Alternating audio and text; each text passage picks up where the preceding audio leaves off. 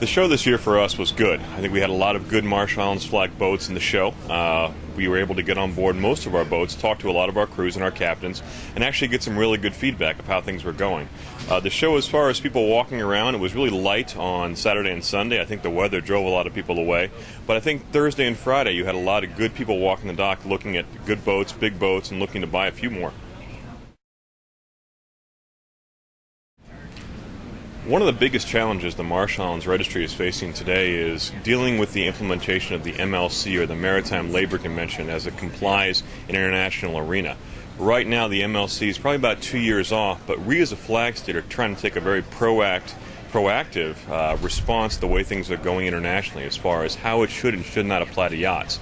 And the MLC, for those of you who don't know, really deals with the crewing and labor accommodations on yachts. And a lot of our major competitors are really taking this opportunity to embrace the MLC and pushing really hard to enforce it completely.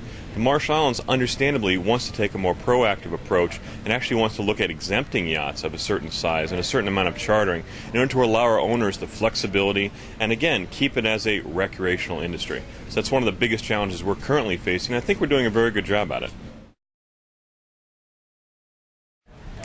One of the interesting things that we deal with a lot is chartering in the Med, and how many people believe that most of their large yachts have to be MCA certified to do that. And unfortunately, that's just not true. The MCA really is the Maritime Coast Guard agency, kind of similar to the United States Coast Guard in Britain. And what you're doing is you're complying with basically their level of standard.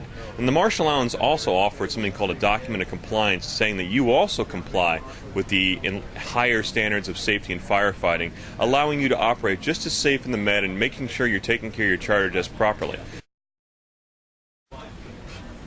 So basically, when you're comparing the Marshall Islands document of compliance to the Cayman Island or the MCA's MCA certification, there are really no major differences, and allows you to operate in a safe and friendly environment for you and your charter guests as you charter in the Med.